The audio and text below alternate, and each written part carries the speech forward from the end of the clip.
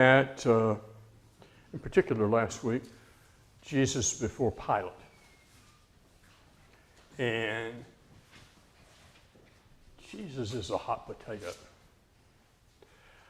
It sort of exposes the world for what it is. And it's not a pretty sight. It still isn't. We might think that we live in particularly perilous times. We really don't. There are a lot of people in the history of the world that would trade with us and not even give it a second thought. So we might think that, well, politics is crazy. And I will grant that when I was a kid, there was a lot behind the scenes. So people were at least civil up front, and they would actually talk with each other and not call each other names that much. But still, if you go back to like Abraham Lincoln's day, you talk about saying nasty things about people. It was in the newspapers and everywhere. They were hurling insults at one another. So the political structure, I found out some things since last Wednesday. Pilate, the records of Pilate being called back have been found. And first of all, it was generally conceded that he was sent to Judea somewhat as a punishment. He was due for a promotion, and we'll promote you to Judea, how about that? And the Jews were difficult to deal with. They've been having difficulty over there ever since way back. Abraham's idea to not use his wife has caused a lot of trouble. So he's over there, he's just over it. You can kind of see that in his attitude when the Jews bring Jesus, or when Jesus is brought to him by the Jews. And we noticed some snarkiness that was going on back and forth. What's the charge? Well, if we didn't have a charge, we wouldn't bring him to you, and all that kind of stuff going on. So we're winding this down. And he's desperately trying to find some way to get past this. Well, first of all, Jesus had to die. And he was going to have, at the hands of godless men, non-Jews in a sense, even though the Jews were responsible for turning him in.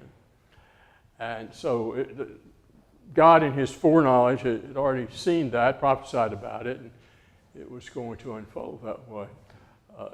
And so he tries to beat him to a shred and said, look, behold the man, the famous Latin phrase, surely now he'll be satisfied. He's been beaten within an inch of his life. And no, crucify him. Well, wait a minute. How about I give him to you for a Passover present? No, we want Barabbas. Oh, then he gets back in their face. Am I supposed to crucify your king? We have no king but Jesus. And so he sort of is in a spot. And what does he do?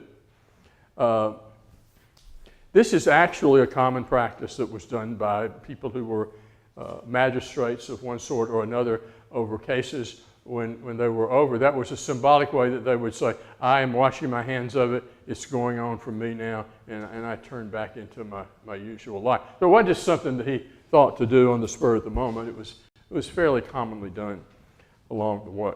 So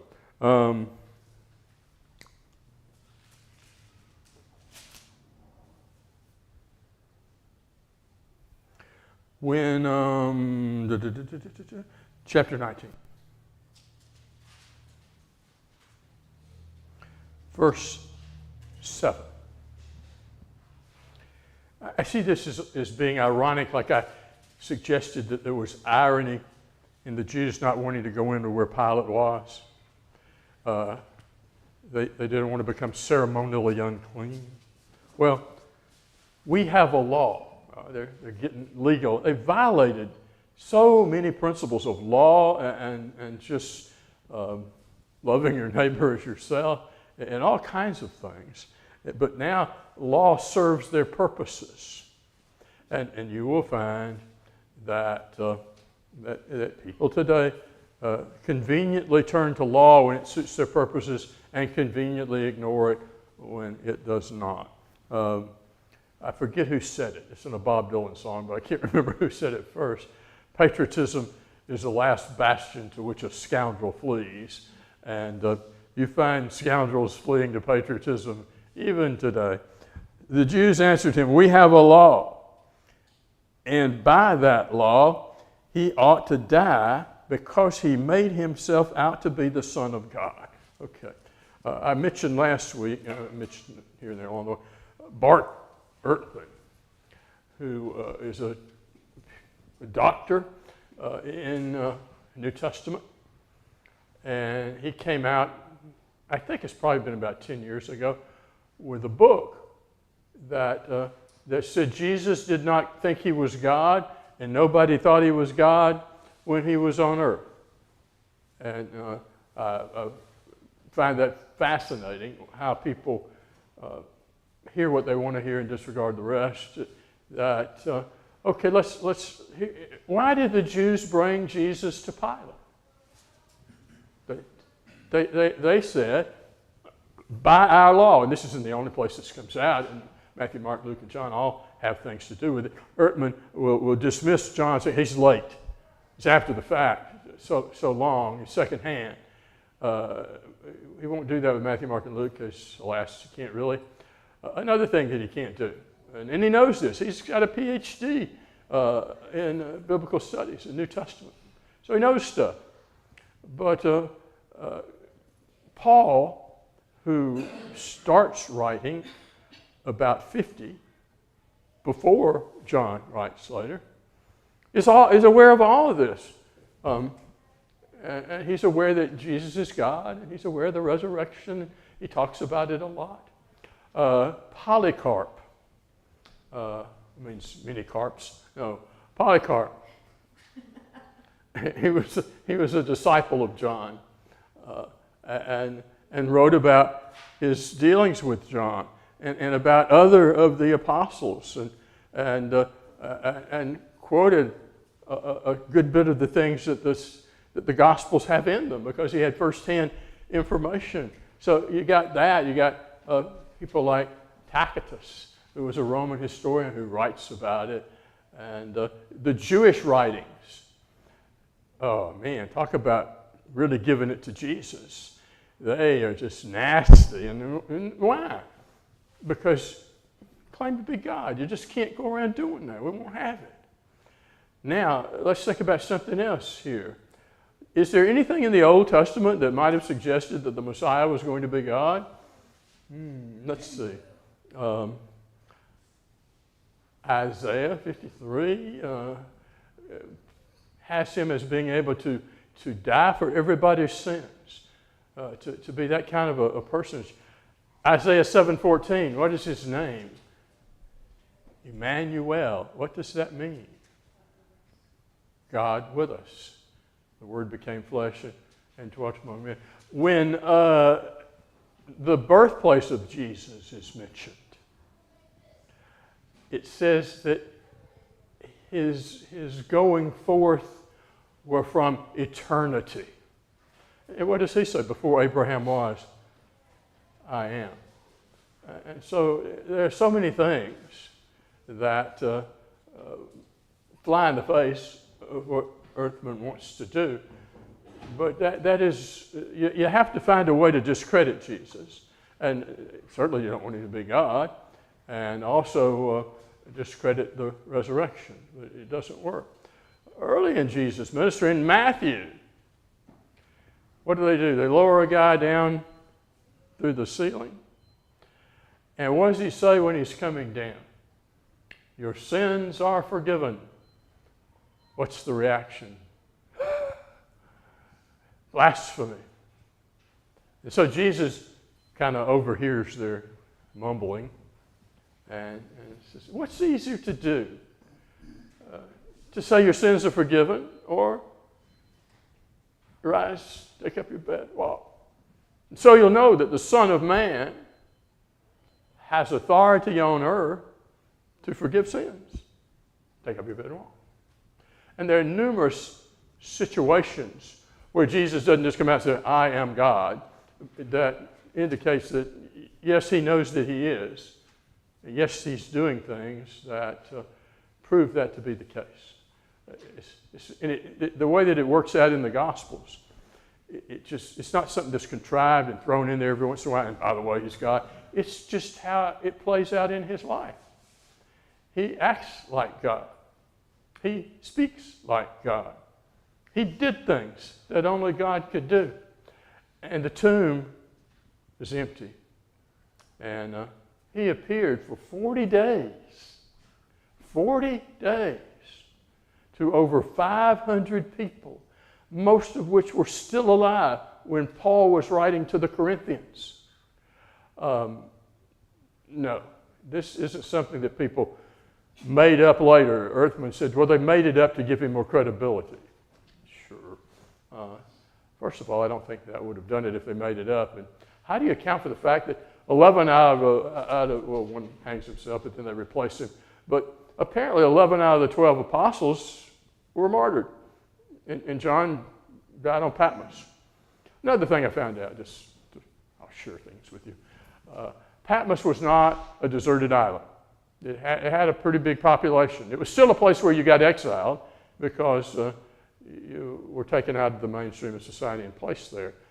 But it wasn't like going to some vast wasteland where you were about to starve to death or die of thirst. It was a big population there. But you were taken out of your normal life, and as an apostle who was going about preaching the gospel for the Great Commission, he was limited in what he could do. So it was a punishment, but I think sometimes we like to make things worse than they are, but it was still bad. I mean, I wouldn't want to be exiled to some little bitty island. I don't care how many people were there. So, any questions before we sort of move on?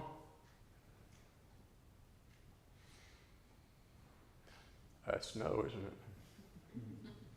All right, we're about to go to crucifixion. We had a sermon on that here a while back. I will find some way of getting that in a form that fits in with the rest of 19 and verse 16, probably through to the end of John, maybe, although it may be two parts, just so you can have it for information's sake, if nothing else. But, okay, what do we know about the crucifixion?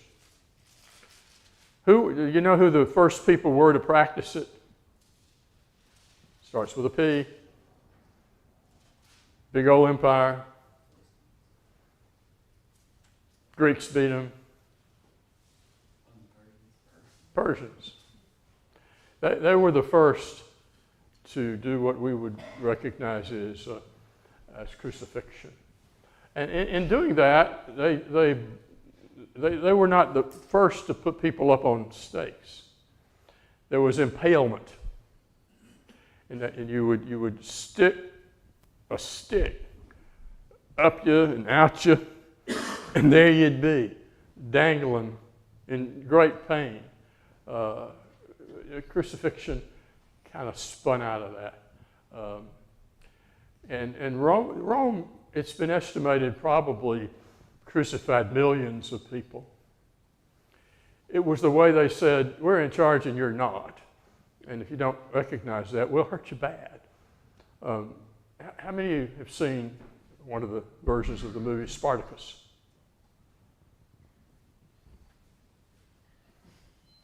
Kirk Douglas. I am Spartacus. I have a sermon titled that. They lined a road on both sides with crucified, rebellious gladiators and slaves. So all down the road, far as you could see just about. You've got people agonizingly dying. Birds are eating them while they're there, and the first thing they go for are your eyes because it's easy pickings. So all that's going on. They smell horrible. And they don't just take you down when you die. They let you stay up there and rot sometime because it just looks so grisly. And, it's like, I don't want to have that happen to me. So it was a horrible way. And that was one of the ways that Rome asserted their power and kept everybody kind of in shape. So they're going to crucify him. He may have been scourged, and he may have also been beaten. If you see Passion of the Christ, it brings out both of these with rods prior to that, sort of escalating it from rods to, okay, I'll scourge him then. But suffice to say, I saw a picture today of Mel Gibson standing beside the guy who played Jesus. And it's, he's in between shoots, and he's just covered with blood. He's just absolutely red because, and Jesus would have been. The earlier Jesus movies, it really doesn't look like he went through all that much.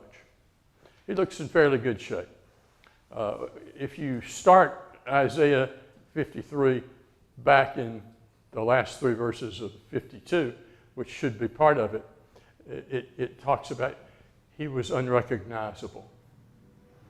He was beaten up so badly that if you knew him and you saw him, you wouldn't know it was him. So even before crucifixion, he was probably in shock physically. He had a tremendous amount of blood loss. He was a stout man.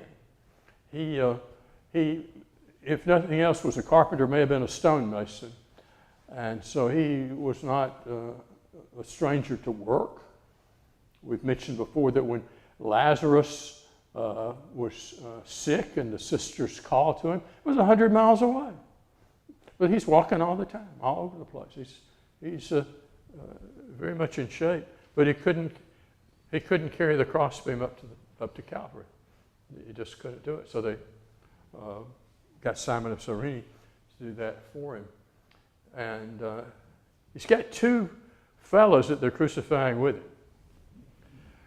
And if you put all the accounts together, apparently they both start out kind of railing on him. But then there are some other things you can look at, and it may be the generic railing on him. One of them said, and they may have both said this at one time, and another thought better. You ever said anything when you're under duress and you think better of it, and you, wait a minute. What he says to Jesus is, you're the Son of God. Since you are the Son of God, get us out of here. He's upset with him because he's not taking care of the problem. And that may have been something both of them shared to an extent, acknowledging that he is who he is, but having a desire to have him do something about it. And so they're not unbelievers, if you will. But one of them, for sure, will say to the other fellow, probably having thought better of it and realizing that, he is who he said he is. And he said, we're up here because we deserve it. But this man, he's innocent. I think it's pretty strong that somebody on a cross and in deep pain would acknowledge, you know what? I deserve this. We both deserve it, but he doesn't because he didn't do anything wrong. Well, we're lapsing, of course, into the next handout, but that's okay. What do they say? First of all, you ever seen if you saw the Passion of the Christ, you may have seen they would wag their heads or their tongues. That was like insulting, And so they're doing that. It's just like, ha ha, they get you now. And they start bringing things up that have to do with things that he has said. And one of them, though it's said in the synoptics, it happened in John, as in John 2, where he cleanses the temple. Here's another thing.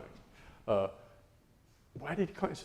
He's representing God. He's God with us and giving a final judgment to Judea and Jerusalem. Their day is coming. John the Baptizer said that. The axe is already at the root.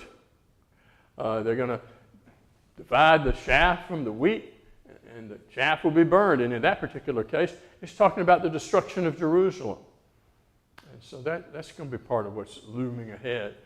But tear down this temple, destroy this temple, and in 3 days I will raise it up. Well, they're flabbergasted. Who does he think he is? They've been built. Herod, who was the builder, it had been worked on for 46 years. It'd probably be another 2.5 before it got finished technically, but it's pretty close.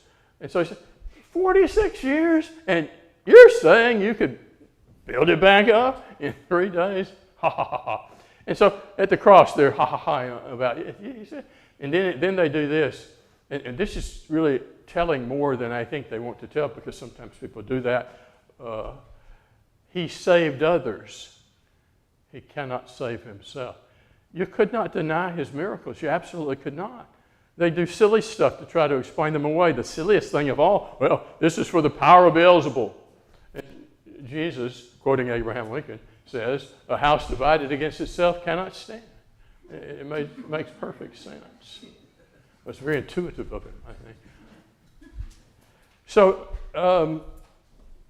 and here he is. He's got to be just feeling awful, awful, awful. He still has presence of mind. And in all of that, Father, forgive them, for they know not what they do. Wow. You're talking about practicing what he preached. And when we are tempted to lash out and not be forgiving, it helps to remember this. We've never faced anything like what he faced. And what does he do? Ask the Father to forgive him. Now, later on Pentecost, with the sermon that Simon Peter preaches, he talks about this same Jesus who you crucified, the Father has made both Lord and Christ. And there are people in that audience who know they were part of that. Surely many of them had said, crucify him, crucify him. And they're pricked to their hearts. They said, what do we do? And Simon Peter doesn't say, I'm sorry, but there's no forgiveness for what you've done. No. He says, repent. Change your mind about it, which they already basically had, and be baptized. Wash away your sins, calling on the name of the Lord. So, and the Father forgave them, as he'll forgive anybody. If you can be forgiven of that, and you can. Jeffrey Dahmer, anybody remember Jeffrey? We had a guy at the School of Preaching, Jay Morris, who was a calligrapher and artist for the Pentagon. And he had retired. He actually ran our printing press up back in the day when you had printing presses and stuff. And he was from a place in Virginia, that Dumfries, I think it was. The lady was a member of that congregation who sent a correspondence course to Jeffrey Dahmer. And the preacher, I forget where he was incarcerated, but the preacher that was in proximity from the church went and baptized Jeffrey. Yeah, most of what I heard was, oh, that wasn't sincere. Not a man like that, he'd never change. What about the Apostle Paul? What about all kind of people? What about, Father, forgive them, for they know not what they do? And I saw an interview with him. He was raised by a church family. Wasn't raised very well, but raised nonetheless. And he never developed any sense of responsibility for his actions. And there are people like that. And he had never, certainly not experienced any kind of personal relationship with God or with Jesus. And he said the thing that liberated him from himself was he realized he was responsible. Now, you might think, oh, no, man, I was really responsible for eating people and everything. And he said, no, when I realized I was responsible, it made me see life differently. And he said, I feel pretty sure that he's gone on to his reward. I think I've shared this with you a couple of times. Back in the early days of Edwin, when I used to watch public television as a child, and all these goofy things, I used to go to the library and make up charts of Egyptian kings. It was sad, but there was this lady out in San Francisco ran a urban renewal halfway house project thingy, and she had all these rough people come in there. And at the end, the ones that it was a 2-year program, she didn't take any mess. First off, when they came in to interview with her, they showed that, and she said, your social worker says it's not your fault, it's your mama's fault, it's society's fault, somebody's fault, anybody's fault, but yours. If you believe that, there's the door. If you think it was your fault, keep your seat. A lot of people left. At the end, when they got out of the halfway house to go out into the world, face all those things that are out there, this guy spoke for the group. He said, you're the first person that ever made us feel like human beings because you told us that we were responsible. So those people on Pentecost accepted a horrible responsibility, but it was liberating.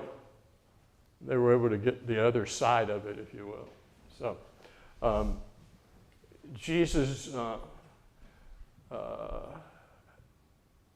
at the end, if you look at Psalm 22, it starts out, my God, why have you forsaken me? And it really follows through poetically with things that Jesus would be facing. And it goes down, he talks about how God doesn't hear him cry.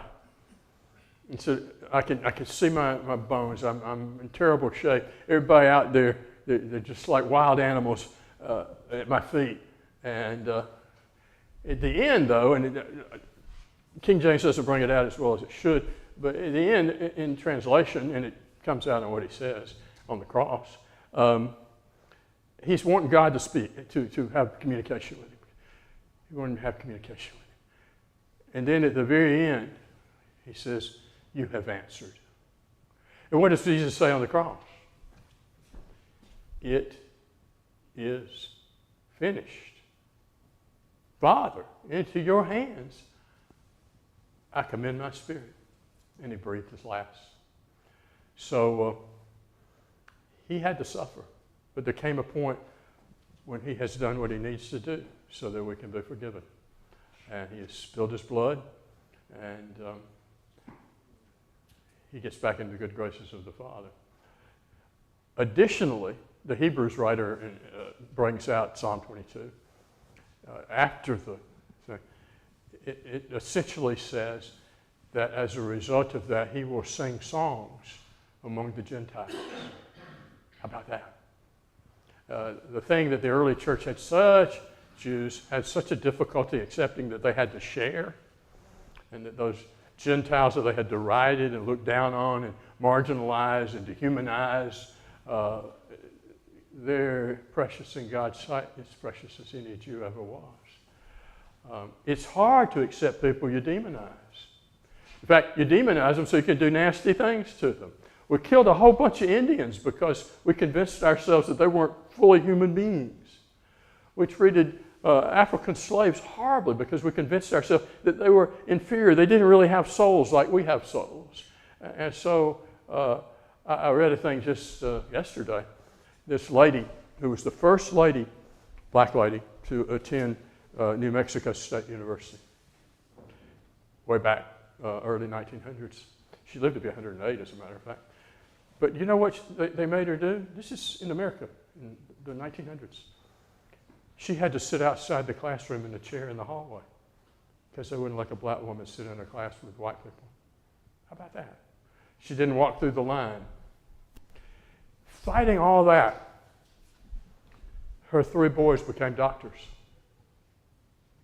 It's amazing what the human spirit can do.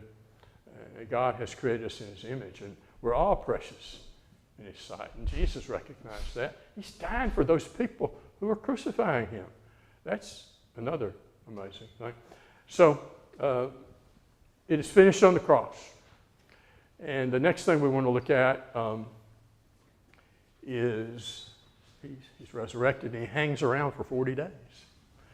And very interesting, the kinds of things that transpire. And we learn even more, as we mentioned a moment ago, Paul, in writing in 1 Corinthians 15, and talking about the people that Jesus had appeared to. And he says, and 500, most of whom are still alive.